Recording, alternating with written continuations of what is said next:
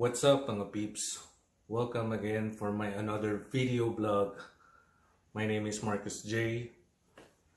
Today, dumating na yung shipment from Lazada which I ordered 2 weeks ago.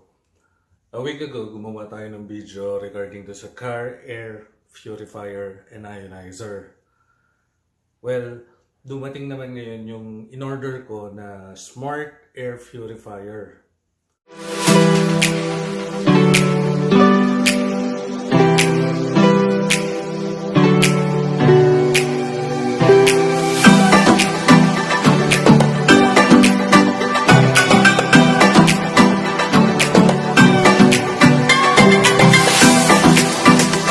For today's video, we will be unboxing this smart car air purifier na in-order ko from Lazada 2 weeks ago. Well, ang bilis ng shipment kasi kahit international siya, dumating kagad yung shipment. Gemega Smart Car Air Purifier. Yan, C208. Ito naman yung gagamitin ko for my SUV kasi mas malawak yung kaya niyang linisin.